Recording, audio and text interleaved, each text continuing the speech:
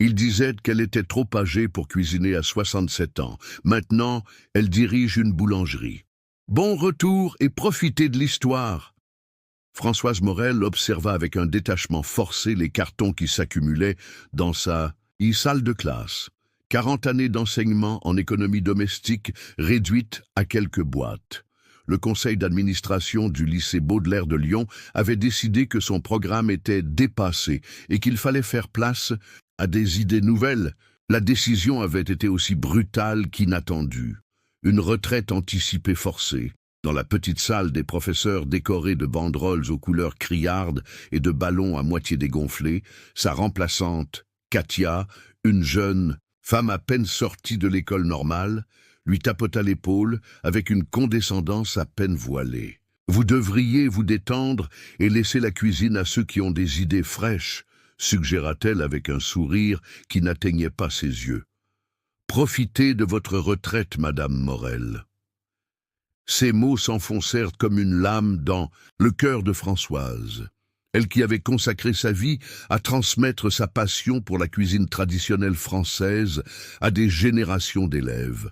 Elle qui avait vu passer des milliers de visages, certains devenus des chefs renommés, d'autres simplement des adultes capables de préparer un repas équilibré pour leur famille. Tout cela balayé d'un revers de main par cette petite prétentieuse, aux ongles parfaitement manucurés, qui n'avait probablement jamais préparé une pâte brisée sans suivre une vidéo sur Internet.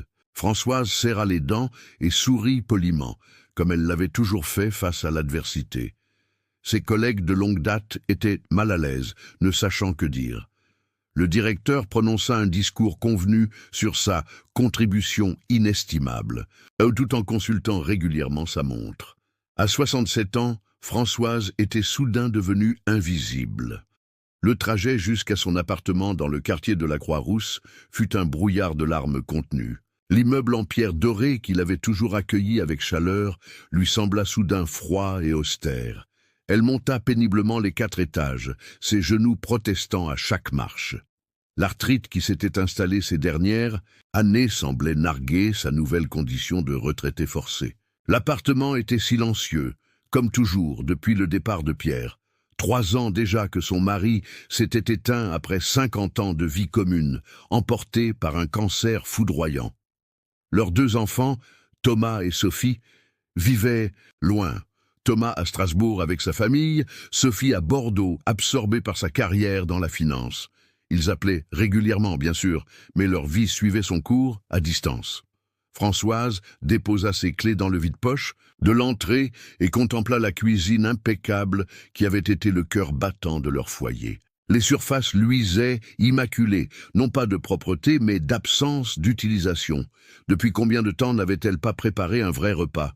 Depuis combien de temps se contentait-elle de soupe en sachet et de yaourt? La passion, qui l'avait animée toute sa vie, semblait s'être éteinte en même temps que Pierre. Elle ouvrit machinalement le réfrigérateur presque vide et referma la porte aussi sec. L'appétit l'avait désertée depuis l'annonce de son renvoi 3 semaines plus tôt. Françoise se laissa tomber sur une chaise de la salle à manger et fixa le téléphone fixe, vestige d'une autre époque qu'elle refusait d'abandonner.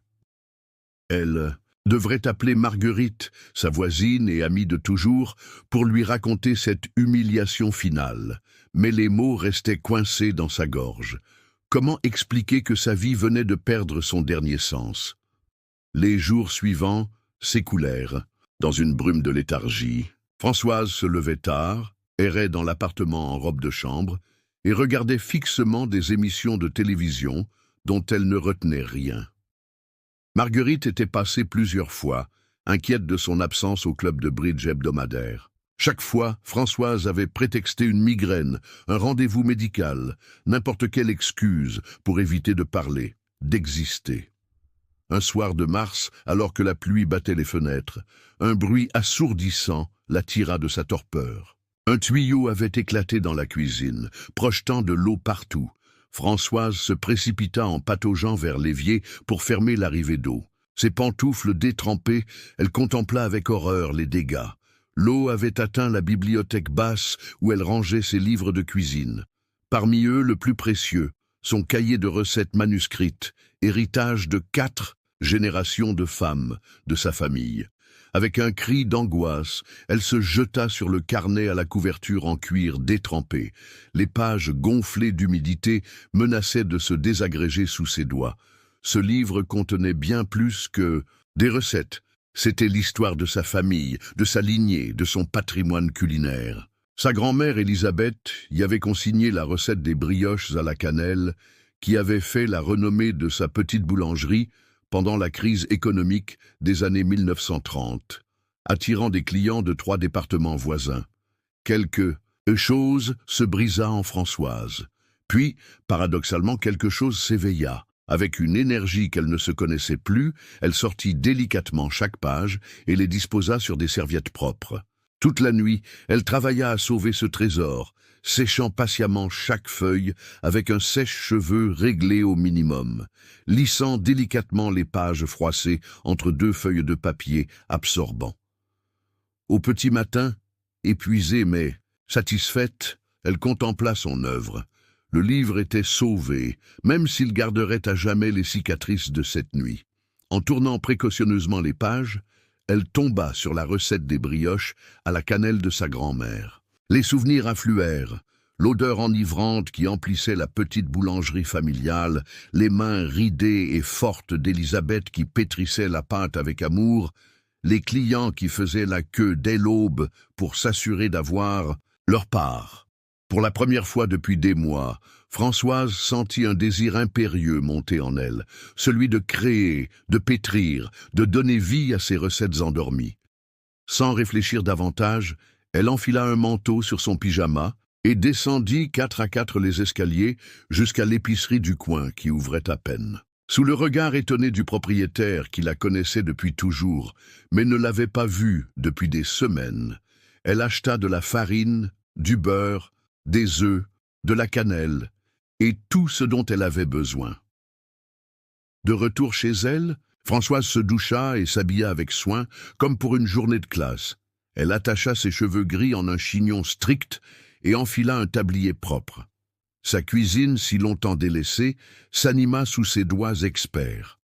La farine vola, le beurre fondit, la cannelle parfuma l'air. Ses mains retrouvèrent les gestes ancestraux, presque sans qu'elle ait besoin de consulter la recette. Si tu aimes l'histoire, tape 5 dans les commentaires et abonne-toi pour plus de vidéos comme celle-ci. Sinon, tape 0, cela m'aide à créer un contenu encore meilleur pour toi. On continue.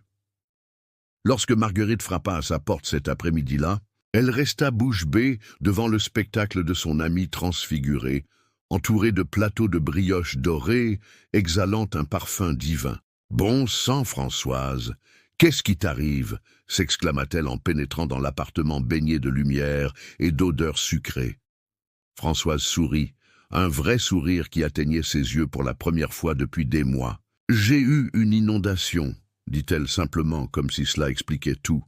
Marguerite examina les brioches avec convoitise. Et ces merveilles, c'est pourquoi exactement?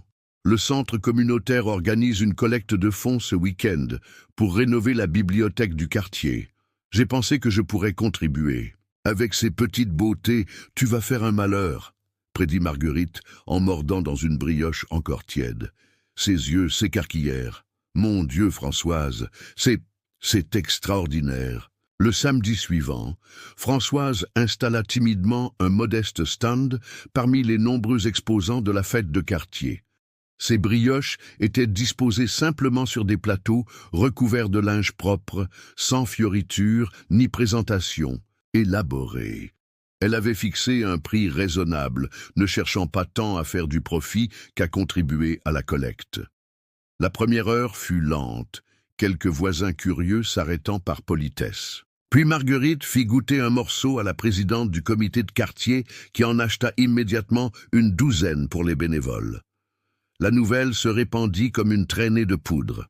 Avant midi, une file s'était formée devant son humble étal. À 14 heures, il ne restait plus une seule brioche, et Françoise avait dû promettre à des dizaines de personnes déçues qu'elle reviendrait le week-end suivant. Parmi les visiteurs se trouvait Lucie Fabre, une jeune journaliste du Progrès de Lyon, venue couvrir l'événement. Intriguée par l'engouement suscité par ces simples brioches, Elle s'approcha de Françoise alors que celle-ci rangeait son matériel. « Ces brioches semblent avoir fait sensation », remarqua-t-elle en sortant un petit carnet. « Accepteriez-vous de me dire ce qui les rend si spéciales ?» Françoise hésita, peu habituée à parler d'elle-même. « C'est la recette de ma grand-mère. Elle tenait une boulangerie pendant la Grande Dépression.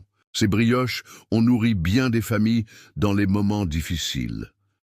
Et vous, quelle est votre histoire ?» Presque malgré elle, Françoise se confia à cette jeune femme aux yeux attentifs. Elle raconta ses 40 années d'enseignement, sa mise à la retraite forcée, sa solitude, et comment un simple dégât des eaux avait réveillé sa passion endormie. 3 jours plus tard, un petit article parut dans la section locale du journal. La professeure retraitée avec de la magie dans son rouleau à pâtisserie. L'article était modeste, quelques paragraphes seulement, mais il était accompagné d'une photo de Françoise souriante, un plateau de brioches à la main. Lucie avait capturé son histoire avec sensibilité, évoquant la transmission des savoirs culinaires à travers les générations et la renaissance d'une passion. Françoise découpa soigneusement l'article et l'épingla sur son réfrigérateur, à côté des photos de ses petits-enfants. Un petit frisson de fierté la parcourut. Pour la première fois depuis longtemps, elle se sentait visible. L'article attira l'attention d'Hervé Dumont, un petit investisseur cherchant à revitaliser le quartier historique des Pentes de la Croix-Rousse. Cet ancien quartier des Canutes, ces tisseurs de soie qui avaient fait la renommée de Lyon, avait connu des hauts et des bas. Certaines rues étaient devenues très prisées, d'autres luttaient contre la déshérence. Hervé possédait plusieurs bâtiments dans ces zones difficiles et cherchait des commerces capables d'attirer une clientèle, fidèle. Un matin d'avril, alors que Françoise s'apprêtait à partir faire ses courses, on sonna à sa porte. Un homme d'une 50aine d'années, en costume bien coupé mais sans cravate, se tenait sur le palier, l'article du journal à la main. « Madame Morel, je suis Hervé Dumont.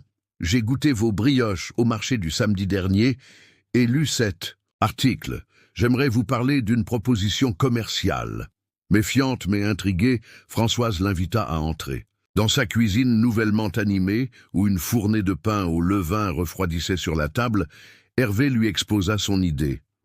Ouvrir une boulangerie dans l'un de ses locaux vacants, avec une période d'essai de 6 mois. Si l'affaire fonctionnait, il négocierait un arrangement à long terme. À mon âge, ouvrir un commerce? Françoise secoua la tête, partagée entre l'amusement et l'incrédulité. « Monsieur Dumont, je viens de fêter mes 67 ans. Ma grand-mère a ouvert son restaurant à 72 ans et l'a tenu jusqu'à 86, répondit-il sans hésiter. L'âge n'est qu'un chiffre, Madame Morel. Ce qui compte, c'est le talent et la passion. Et vous avez les deux en abondance. Le soir même, émue et confuse, Françoise appela ses enfants pour leur parler de cette proposition inattendue. Leurs réactions furent aussi immédiates que décevantes. « Maman, tu n'y penses pas sérieusement ?» s'exclama Sophie, sa fille cadette. « Tu es trop âgée pour te lancer dans une aventure pareille. Tu devrais te concentrer sur des loisirs, adaptés à ton âge. Le jardinage, peut-être, ou le tricot. » Thomas, son fils aîné, fut à peine plus diplomate. « C'est de la folie, maman. Tu vas épuiser tes économies pour rien. Ce monsieur est probablement un escroc qui profite de ta vulnérabilité. Promets-moi de ne rien signer sans que je ne jette un œil aux documents. » Françoise raccrocha, le cœur lourd. Ses propres enfants la voyaient comme une vieille dame fragile et naïve. Cette réalisation fut plus douloureuse encore que les paroles condescendantes de sa remplaçante au lycée. Cette nuit-là, elle dormit à peine, tournant et retournant le problème dans sa tête. À l'aube, elle se leva et ouvrit à nouveau son précieux livre de recettes. Ses doigts caressèrent les pages jaunies où s'alignait l'écriture élégante de sa grand-mère. Élisabeth avait traversé 2 guerres mondiales, perdu son mari jeune, élevé 3 enfants seuls, et jamais elle n'avait baissé les bras. Qu'aurait-elle pensé de sa petite fille refusant une chance de vivre sa passion par peur de l'échec? La réponse lui apparut avec la clarté du jour qui se levait sur Lyon. À 9h tapantes, elle appela Hervé Dumont. « Je veux voir ce local, dit-elle sans préambule. Le bâtiment se trouvait rue Burdeau, une petite rue pavée à flanc de colline. La devanture défraîchie avait connu plusieurs vies. Épicerie, atelier de couture et plus récemment une boutique de téléphonie qui avait fait faillite. L'intérieur était poussiéreux, encombré de rayonnages métalliques abandonnés, mais spacieux. Une arrière-boutique pouvait servir de laboratoire et un petit espace au fond ferait un parfait bureau. Françoise arpenta les lieux, visualisant déjà l'aménagement. Elle imaginait une vitrine simple mais élégante, des cines présentoirs en bois clair, l'odeur du pain frais accueillant les clients. Contre toute raison, l'idée prenait racine dans son esprit, germant avec une force irrésistible. « Il faudra des travaux », remarqua-t-elle en passant un doigt sur un mur écaillé. « Le loyer sera modeste pendant la période d'essai, justement. Pour vous permettre d'investir dans l'aménagement, » expliqua Hervé. « Je peux vous recommander des artisans fiables. » Une semaine plus tard, après avoir négocié un contrat étonnamment équitable, son fils Thomas, avocat d'affaires, avait été impressionné malgré lui. Françoise signa le bail. Elle puisa dans ses économies de retraite pour financer les travaux et l'équipement de base. La rénovation commença immédiatement. Les murs furent repeints en blanc crème, le sol recouvert d'un carrelage ocre rappelant la terre cuite. Des artisans installèrent un four professionnel, des plans de travail en inox et des étagères sur mesure. Françoise supervisait tout, discutant avec les ouvriers, modifiant les plans selon ses besoins précis. Un jour, alors que les ouvriers grattaient la vieille peinture d'un mur du fond, une fresque apparut, préservée sous les couches successives. C'était une peinture murale des années 1950, représentant une boulangère souriante, tendant une miche de pain à une petite fille. Françoise s'approcha, incrédule. Le style, les couleurs, tout lui semblait étrangement familier. « Arrêtez !» cria-t-elle aux ouvriers qui s'apprêtaient à continuer à gratter. « Ne touchez plus à ce mur !» Elle s'approcha, le cœur battant, et examina les détails de la fresque. Dans le coin inférieur droit, presque effacé, une signature. Monsieur Chalumeau, 1952. Marcel Chalumeau, le nom du peintre local qui avait décoré la boulangerie de sa grand-mère. « C'est impossible », murmura-t-elle. Ce soir-là, fébrile, elle appela sa tante Jeanne, la sœur cadette de sa mère, seule survivante de cette génération. Au bout de plusieurs minutes d'explications confuses, la voix crachotante de sa tante s'anima. Mais bien sûr, la première, boulangerie d'Élisabeth, était rue Burdeau. Elle a déménagé rue des Capucins après la guerre parce que le local était plus grand. Tu ne te souviens pas? Tu devais avoir 5 ou 6 ans quand le vieux four a rendu l'âme. Françoise raccrocha abasourdie. Par quel miracle, quelle coïncidence cosmique s'était-elle retrouvée exactement dans le local où sa grand-mère avait commencé? La découverte lui donna une énergie nouvelle. Ce n'était plus seulement son projet, c'était la continuation d'une histoire familiale, le fil invisible qui reliait les générations. Elle décida de préserver la fresque et d'en faire le point focal de sa boutique. Autour d'elle, elle exposerait des photos anciennes de sa famille, des ustensiles d'époque et bien sûr son précieux livre de recettes sous une vitrine protectrice. L'héritage de Françoise ouvrit ses portes un matin de mai, sans tambour, ni trompette. Une simple affichette manuscrite annonçait l'événement. Françoise avait passé la nuit à pétrir et enfourner, produisant une variété de pains, de brioches et de petites pâtisseries traditionnelles, toutes issues de son livre de recettes familiales. La journée fut décevante. Hormis Marguerite et quelques amis fidèles venus par soutien, peu de clients franchirent la porte. Françoise vendit à peine un tiers de sa production. Les jours suivants ne furent guère meilleurs. Chaque matin, elle se levait à 4 heures, travaillait d'arrache-pied, et chaque soir, elle rapportait chez elle des invendus qu'elle distribuait aux voisins de son immeuble. Après 3 semaines de ce rythme, Hervé Dumont passa à la boutique. Son visage trahissait son inquiétude. « Les chiffres ne sont pas bons, Françoise », dit-il sans détour après avoir consulté le registre des ventes. « À ce rythme, vous ne tiendrez pas 6 mois. Que suggérez-vous » demanda-t-elle, la gorge nouée par l'angoisse d'un nouvel échec. « Il faut moderniser l'offre. Vos produits sont excellents, mais trop classiques. Les gens aujourd'hui veulent de l'originalité, des choses qu'ils peuvent photographier pour leurs réseaux sociaux. » Françoise sentit une pointe d'irritation. « Je ne vais pas mettre du colorant bleu dans mes croissants pour plaire à Instagram. » Hervé sourit malgré lui. « Non, bien sûr que non, mais peut-être pourriez-vous engager un consultant, quelqu'un qui connaît les tendances actuelles. Un compromis entre tradition et modernité ?» Blessée mais désespérée, Françoise accepta à contre-cœur. 2 jours plus tard, Zoé Lambert franchissait la porte de la boulangerie. 28 ans, diplômée d'une école de commerce et d'un cours de pâtisserie, elle débordait d'idées et d'assurance. Dès la première heure, la tension fut palpable. « Ces tartelettes sont mignonnes, mais tellement démodées », commenta Zoé en examinant les présentoirs. « Et cette disposition, c'est tristement prévisible. Nous devons créer une expérience visuelle qui donne envie aux gens de partager. » « Ce sont des pâtisseries, pas des œuvres d'art, » rétorqua Françoise. « Elles sont faites pour être mangées, pas admirées sur un écran. Dans le monde d'aujourd'hui, Madame Morel, si ce n'est pas instagrammable, ça n'existe pas. » Leur collaboration houleuse devint rapidement le sujet de conversation des rares clients réguliers qui appréciaient le spectacle quotidien. Zoé voulait introduire des saveurs exotiques, des combinaisons inattendues. Françoise défendait âprement l'authenticité de ses recettes. Zoé prônait l'utilisation d'ingrédients tendance comme le matcha ou le charbon activé. Françoise refusait catégoriquement les colorants artificiels et les additifs. « Ces raccourcis industriels sont exactement ce que j'ai combattu toute ma carrière », s'emporta-t-elle un jour après que Zoé eut suggéré d'utiliser un mix prêt. Elle l'emploie pour gagner du temps. L'éclat fut si violent que Françoise dut sortir prendre l'air pour se calmer. En revenant, elle trouva Zoé dans l'arrière-boutique, penchée sur le livre de recettes ouvert sur une photo en noir et blanc d'Elisabeth Morel devant sa boulangerie.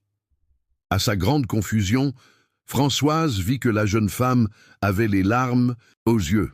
« Zoé, tout va bien ?» La jeune femme sursauta et essuya rapidement ses joues. « Pardon, je ne voulais pas être indiscrète. C'est juste cette photo. Votre grand-mère a l'air si fière, si heureuse. Quelque chose dans sa voix, une fêlure, une vulnérabilité inattendue, poussa Françoise à s'asseoir à côté d'elle. Elle l'était. La boulangerie était toute sa vie. « J'aurais aimé connaître mes grands-parents, » murmura Zoé. « Ils sont morts avant ma naissance. Ma mère travaillait tout le temps. Alors j'ai appris à cuisiner sur YouTube. Pas très romantique. Hein? C'est comme ça qu'on est entré en cuisine? » Zoé hocha la tête. « J'ai toujours aimé ça, mais personne ne m'a vraiment montré, vous voyez. J'ai dû tout apprendre par moi-même. C'est peut-être pour ça que je suis si obsédée par les techniques modernes.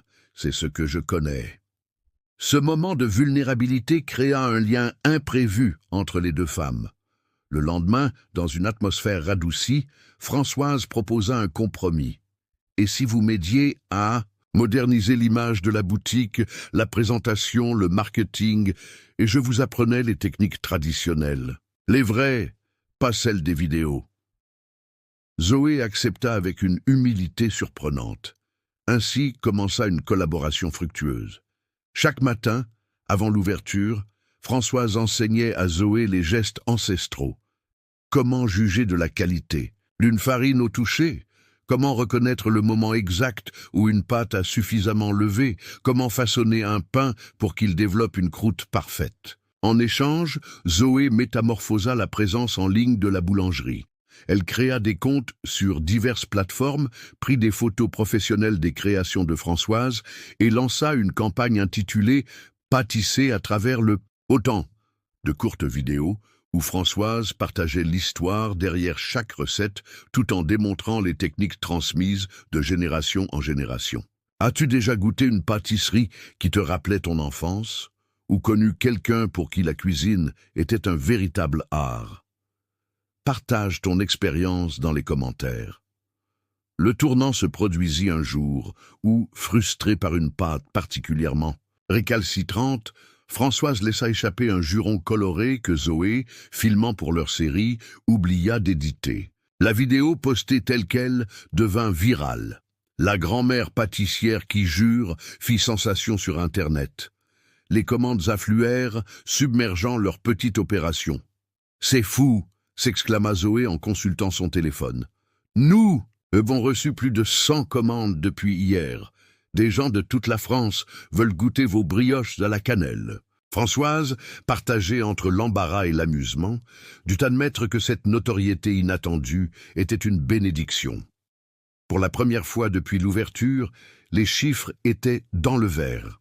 Hervé Dumont, venu constater ce revirement de situation, ne cachait pas sa satisfaction. « Je savais que vous y arriveriez », affirma-t-il, comme s'il n'avait jamais douté. Cette boutique a retrouvé son âme. Alors que l'été s'installait sur Lyon, un nouveau défi se présenta. L'arthrite de Françoise, aggravée par le rythme intense et les matinées fraîches, s'enflamma brutalement. Un matin, elle se réveilla incapable de plier les doigts. La douleur était si vive qu'elle dut appeler Zoé en larmes. « Je ne peux pas pétrir aujourd'hui, je ne peux même pas tenir un couteau. » Zoé accourut et trouva sa mentor recroquevillée dans son fauteuil, les mains enveloppées dans des compresses chaudes. « Ne vous inquiétez pas, je vais gérer la boutique. Reposez-vous. »« Tu ne connais pas toutes les recettes, » protesta faiblement. « Françoise, j'en connais assez, faites-moi confiance. » Pendant 3 semaines, Françoise dut se contenter d'un rôle de supervision, guidant verbalement Zoé qui exécutait les recettes. La jeune femme s'avéra une élève douée, reproduisant avec une précision croissante les créations de Françoise. Mais la situation n'était pas viable à long terme. Une commande importante pour l'anniversaire de mariage du maire mit Zoé au pied du mur. Il fallait réaliser un croquant-bouche traditionnel, une pièce montée complexe que Françoise n'avait pas encore eu le temps de lui enseigner. Zoé, prise de panique, prit une décision audacieuse. Elle appela Sophie, la fille de Françoise. Malgré leurs échanges limités, Zoé avait trouvé son numéro dans les contacts d'urgence de la boutique. « Sophie Morel ? Bonjour, je travaille avec votre mère. » « Non, elle va bien, mais son arthrite l'empêche de préparer une commande importante. Et j'ai besoin d'aide. » Sophie, cadre supérieur dans une banque d'investissement à Bordeaux, hésita longuement avant de répondre. « Je ne peux pas quitter mon travail comme ça. C'est pour l'anniversaire du maire. Votre mère est très inquiète ?» Un soupir résonna à l'autre bout de la ligne. « D'accord, je viendrai ce week-end. Uniquement pour aider.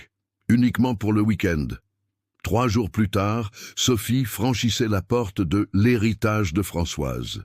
Grande, élégante, avec les mêmes yeux noisettes que sa mère, mais une coiffure impeccable et un tailleur. Sur mesure, elle semblait étrangère à cet univers de farine et de sucre.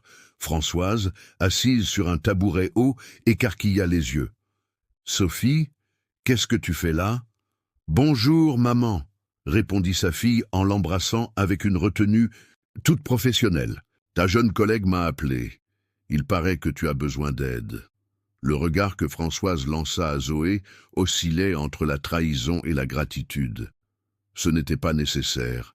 Tu as ton travail, tes obligations. Je suis là maintenant. » Alors, ce croquant-bouche pour le maire. Les 3 jours suivants furent une révélation. Sophie, qui avait grandi en regardant sa mère cuisiner mais avait toujours considéré cela comme une tâche domestique sans intérêt, découvrit une nouvelle facette de Françoise. Sa mère n'était pas juste une vieille dame qui faisait des gâteaux. Elle était une artisane respectée, une gardienne de tradition, une femme d'affaires déterminée. Elle découvrit aussi, avec une pointe de jalousie, la complicité qui s'était développée entre Françoise et Zoé. La jeune femme vouait une admiration sincère à sa patronne, absorbant chaque conseil, chaque anecdote, avec une soif d'apprendre touchante. Pendant que Zoé gérait la boutique, Françoise guidait Sophie dans la réalisation du croque-en-bouche. Ses mains pouvaient à peine tenir un fouet, mais sa voix était assurée, ses instructions précises. Sophie, habituée à diriger des équipes et à gérer des crises financières, se retrouvait novice, suivant docilement les directives de sa mère. C'est comme ça que ta grand-mère me l'a appris, expliquait Françoise, en montrant comment assembler les choux.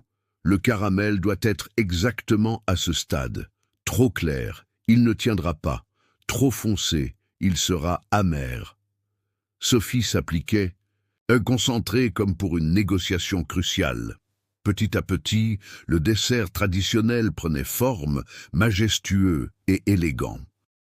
Lorsqu'ils livrèrent la pièce montée à l'hôtel de ville, les compliments fusèrent.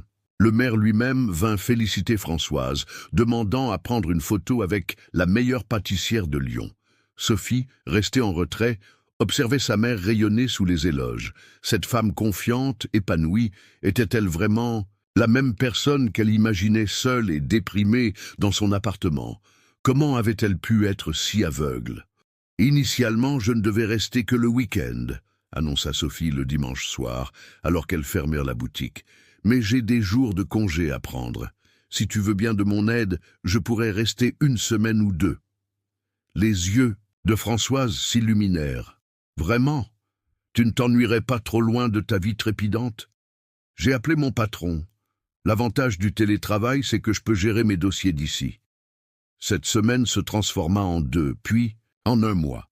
Sophie louait une chambre chez sa mère, retrouvant la maison de son enfance avec un regard neuf. Le soir, attablés dans la cuisine, mère et fille partagèrent des repas simples mais délicieux, et pour la première fois depuis des années, des conversations véritables. Une nuit, après une journée particulièrement intense, Sophie confia ce qu'elle n'avait jamais osé dire. « Je déteste mon travail. Je gagne bien ma vie, mais chaque matin, je dois me forcer à me lever. » Françoise ne jugea pas, n'offrit pas de solution miracle. Elle écouta simplement, tenant la main de sa fille comme lorsqu'elle était petite. La boutique, pendant ce temps, gagnait en notoriété. Les vidéos de Zoé attiraient une clientèle diverse. Des jeunes hipsters curieux de traditions authentiques, des familles cherchant des saveurs d'antan, des touristes conseillés par leur guide. Un matin, un garçon d'une vingtaine d'années se présenta à l'ouverture, un sac de voyage à la main. « Grand-mère » appela-t-il timidement. Françoise leva les yeux de son comptoir et laissa échapper un cri de joie. Maxime, son petit-fils, le fils de Thomas, était étudiant en cuisine à Strasbourg. Grand, dégingandé, avec les cheveux en bataille de son grand-père Pierre, il embrassa sa grand-mère avec effusion. « Papa m'a dit pour la boutique.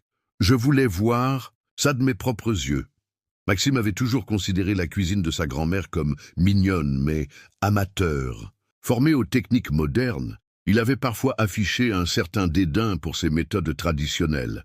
Mais en goûtant ses créations, en observant la file de clients enthousiastes, il dut réviser son jugement. « C'est incroyable, grand-mère, tu as accompli tout ça en quelques mois ?» « Avec de l'aide, » corrigea Françoise, en désignant Zoé et Sophie qui s'affairaient en cuisine. Ce jour-là, pour la première fois, 4 générations de la famille Morel se retrouvèrent, réunies dans la boulangerie. Thomas, alerté par son fils, avait pris un train de dernière minute. Arrivé essoufflé en fin d'après-midi, il découvrit sa mère, sa sœur et son fils, travaillant côte à côte dans une harmonie surprenante. « Regarde ça !» murmura Sophie à son frère. « Tu l'aurais imaginé comme ça il y a 6 mois ?» Thomas secoua la tête, ému et un peu honteux de ses jugements passés. « Elle a l'air heureuse, vraiment heureuse. » Le succès avait cependant un revers. Un matin de septembre, alors que les feuilles commençaient à dorer les platanes de la place des terreaux, Hervé Dumont passa à la boutique avec une nouvelle troublante. « La chaîne Tradition et Modernité va ouvrir une boulangerie juste en face », annonça-t-il gravement. « Il propose des produits similaires aux vôtres, mais à des prix défiant toute concurrence. » L'inquiétude assombrit le visage de Françoise. Cette chaîne nationale, connue pour ses techniques industrielles masquées derrière une façade artisanale, représentait tout ce qu'elle avait combattu durant sa carrière. « Comment pouvons-nous rivaliser ?» demanda-t-elle découragée. « Ils ont des moyens que nous n'aurons jamais. » Hervé hésita avant de poursuivre. « Il y a une offre. Ils seraient prêts à racheter votre fonds de commerce. Vous feriez une belle plus-value. Vendre, après tout ce que nous avons construit ? Françoise était indignée. « Réfléchissez-y, c'est tout. La concurrence sera rude. » La nouvelle jeta un froid sur l'équipe. Chacun comprenait les enjeux. Comment une petite boulangerie familiale pouvait-elle survivre face à un géant industriel? Même avec leur notoriété, de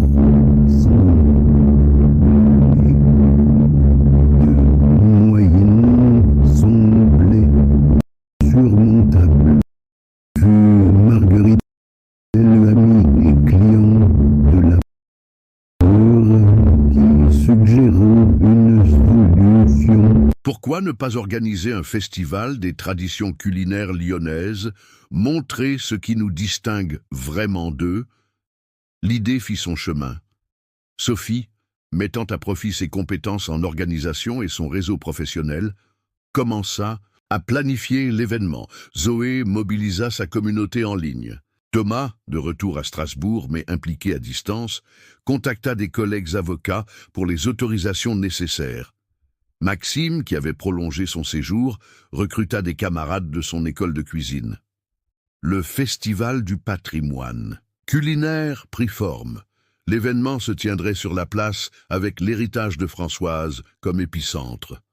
D'autres artisans locaux, bouchers, fromagers, vignerons, acceptèrent de participer. Des démonstrations culinaires seraient organisées tout au long de la journée, culminant avec un concours de la meilleure tarte aux pralines, spécialité lyonnaise par excellence.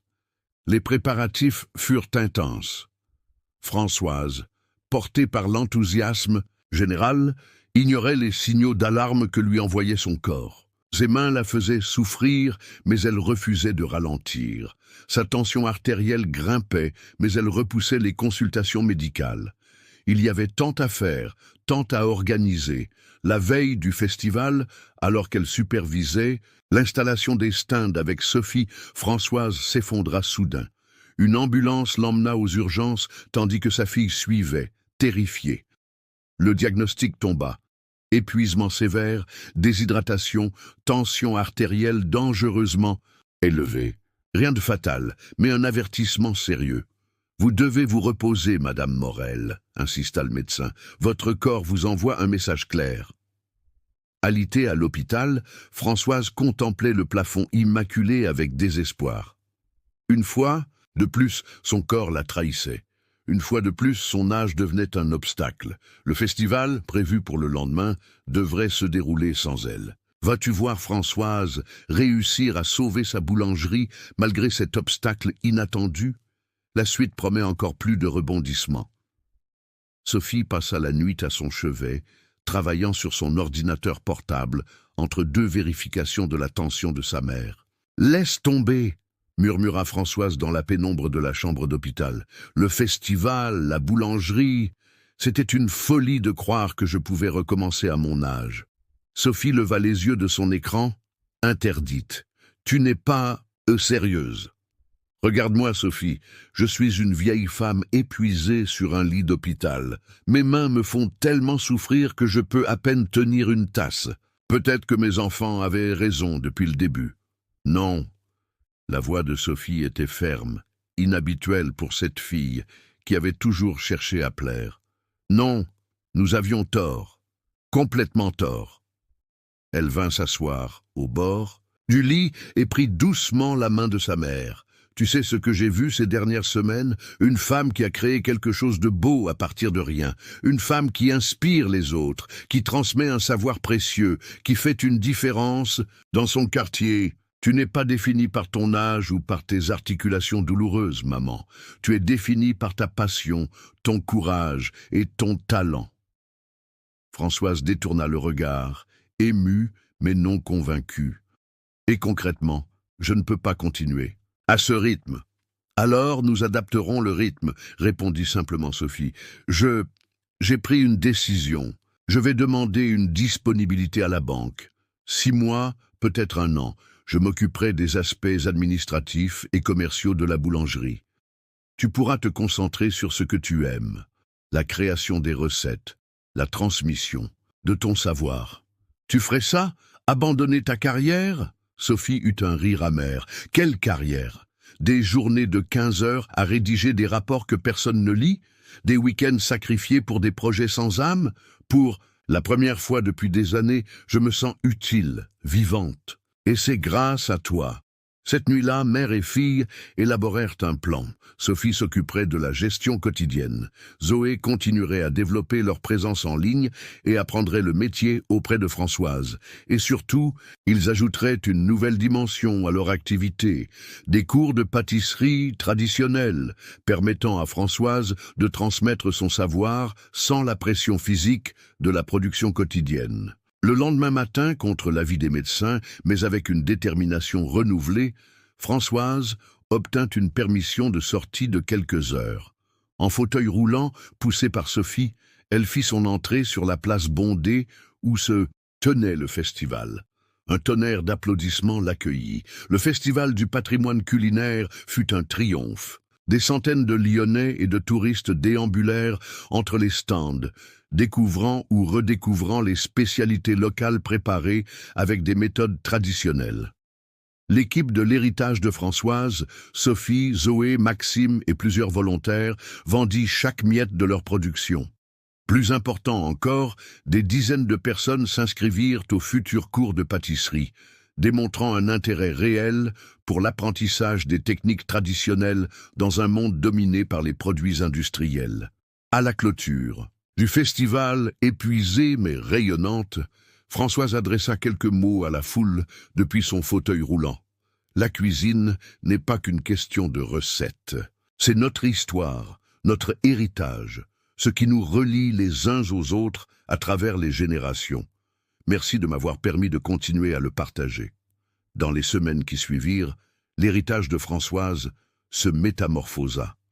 Une partie de la boutique fut réaménagée en espace de cours, avec un poste de travail adapté permettant à Françoise d'enseigner sans forcer sur ses articulations douloureuses.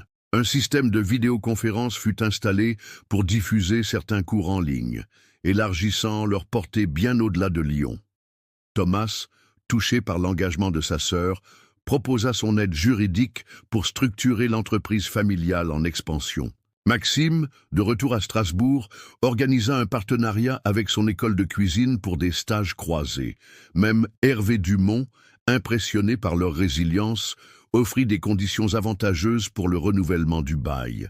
La chaîne, Tradition et Modernité, ouvrit comme prévu en face, avec une campagne publicitaire agressive et des prix cassés. Mais contrairement aux prédictions pessimistes, les deux établissements trouvèrent chacun leur clientèle. Certains venaient pour les prix avantageux, d'autres pour l'authenticité et l'atmosphère familiale de la boutique de Françoise. 6 mois après son ouverture, alors que l'hiver enveloppait Lyon de son manteau blanc, l'héritage de Françoise souffla sa première bougie. La période d'essai avec Hervé arrivait à son terme. Il se présenta un matin, costume impeccable et dossier sous le bras, visiblement préparé pour une négociation serrée. « Les termes vont changer », annonça-t-il, sans préambule. « Votre succès justifie une révision substantielle du loyer. » Sophie, qui gérait désormais officiellement l'entreprise familiale, l'accueillit avec un sourire serein. « En effet, les choses ont changé, Hervé. Permettez-moi de vous montrer quelque chose. » Elle déploya sur le comptoir un plan du quartier, avec plusieurs bâtiments entourés en rouge. « Voici les propriétés que nous avons discrètement acquises ces 3 derniers mois. Comme vous pouvez le constater, nous possédons maintenant les 3 immeubles adjacents aux vôtres. » Hervé pâlit, visiblement. « Comment ? Des investisseurs privés convaincus par notre projet, des clients fidèles fortunés ? Et surtout, un prêt bancaire que mon ancien employeur a été ravi de nous accorder. Il semblerait que notre petite aventure folklorique soit devenue un investissement attrayant. » Elle referma doucement le plan. « Alors, Hervé, vous avez 2 options. Devenir un véritable partenaire dans notre entreprise en pleine expansion, avec des termes équitables pour tous, ou nous vendre directement votre bâtiment. » Cet après-midi-là, après la signature d'un accord de partenariat mutuellement avantageux, Françoise rassembla sa famille et son équipe agrandie dans la boulangerie. Dehors, la neige tombait doucement, auréolant les réverbères d'un halo doré. À l'intérieur, la chaleur des fours et des rires créait une atmosphère de fête intime. Il y a 1 an jour pour jour, j'étais une professeure retraitée de force, convaincue que ma vie utile était terminée. Commença Françoise, debout au milieu de la boutique, appuyée sur une canne élégante. Aujourd'hui, je me tiens devant vous, entouré de ma famille, de mes amis, de mes élèves, au cœur d'une entreprise florissante qui porte mon nom. Son regard parcourut l'assemblée. Sophie, devenue une gestionnaire passionnée. Zoé, apprentie pâtissière, prometteuse et génie du marketing. Thomas et sa femme, venus spécialement de Strasbourg. Maxime, fier de sa grand-mère, et désormais stagiaire officiel pendant ses vacances. Marguerite, amie fidèle des bons et des mauvais jours. Ce qui a commencé comme un dernier sursaut d'orgueil face à ceux qui me croyaient fini, s'est transformé en quelque chose que je n'aurais jamais osé imaginer, une seconde vie, un nouveau départ, une famille réunie. Elle leva son verre de champagne. À l'héritage que nous construisons ensemble, jour après jour, brioche après brioche. Un héritage qui ne se mesure pas en argent ou en propriété, mais en connaissances partagées, en sourires échangés et en vies transformées. 1. Après sa retraite forcée, Françoise se tenait au cœur de sa boutique prospère, entourée de 3 générations de sa famille, d'élèves enthousiastes et de clients devenus amis. Elle avait prouvé que l'âge n'était qu'un chiffre, que la passion et le savoir-faire n'avaient pas de date d'expiration.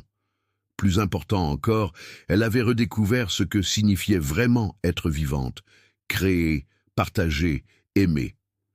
Alors, qu'elle coupait le ruban inaugural de leur espace agrandi, comprenant désormais une cuisine pédagogique où elle proposait des cours à tous, des enfants aux seniors. Elle réalisa que sa meilleure recette ne se trouvait pas dans le livre de sa grand-mère. Elle résidait dans sa propre résilience et dans sa volonté de recommencer quand tout le monde disait qu'elle avait passé l'âge. Françoise Morel, 68 ans, ne dirigeait pas seulement une boulangerie. Elle nourrissait une communauté, une tradition, un avenir. Et c'était la plus belle création de sa vie. Félicitations. Tape 9 dans les commentaires pour me montrer que tu es resté jusqu'à la fin avec moi. Merci d'avoir regardé. Et à demain pour une nouvelle histoire. Sur cette même chaîne,